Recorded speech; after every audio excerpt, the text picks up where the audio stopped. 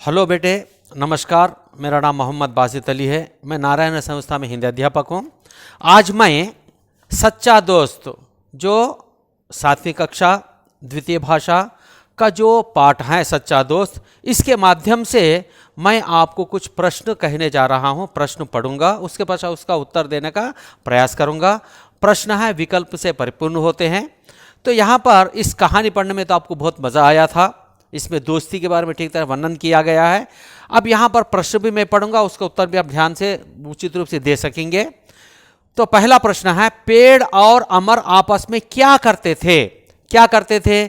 प्यार करते थे, द्वेष करते थे, खून करते थे, बात करते थे। क्या करते थे? दोनों आपस में प्यार करते थे। इसका विकल्प है ए। उसके पश्चात दूसरा प्रश्न है, फल खाने वाला कौन था? कौन खाता था फल?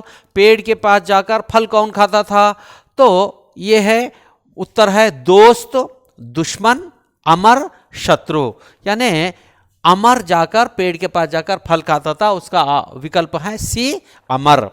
उसके पश्चात तीसरा प्रश्न है, अमर क्या इकट्ठा करता था? इकट्ठा करना, जमा करना। क्या इकट्ठा करता था पेड़ के करीब जाकर?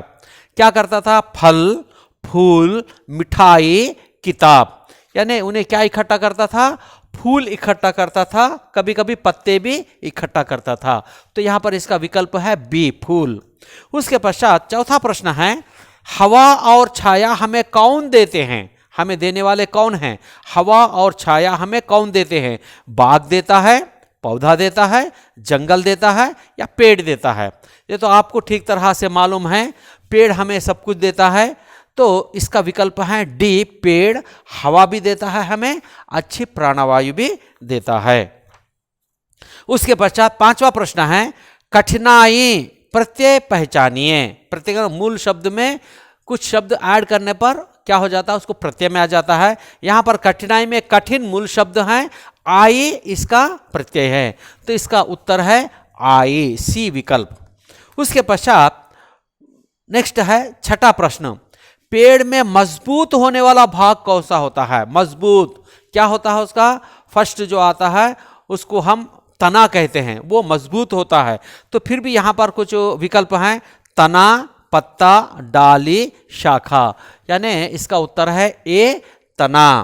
ओके, बेस जो होता है पहला स्टार्ट होता है उसको हम तना कहते हैं, तो वो तना है।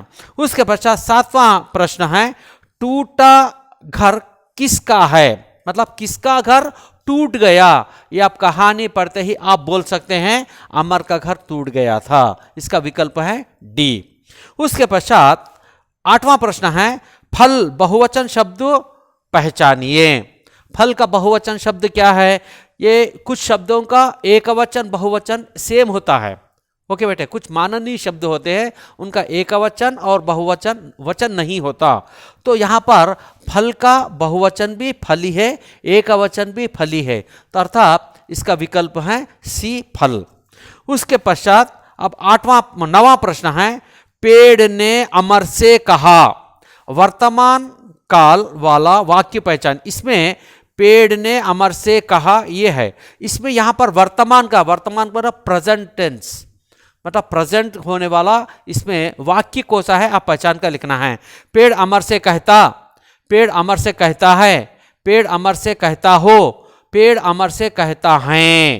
अब देखिए, है बहुवचन में आता है एकवचन में आता है। सो इसका वर्तमान में आने वाला शब्द होता है पेड़ अमर से कहता है। अगर भविष्य में लिख रहे हैं तो पेड़ अमर से कहता होगा, अगर भूत में लिख रहे हैं तो पेड़ अमर से कहता था। ओके बेटे।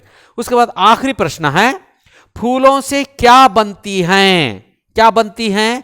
फूलों से माला बनती है। ये तो हमें सबको मालूम है। ओके बेटे, ठीक तरह से आप इसका आनंद लिए होंगे। धन्यवाद।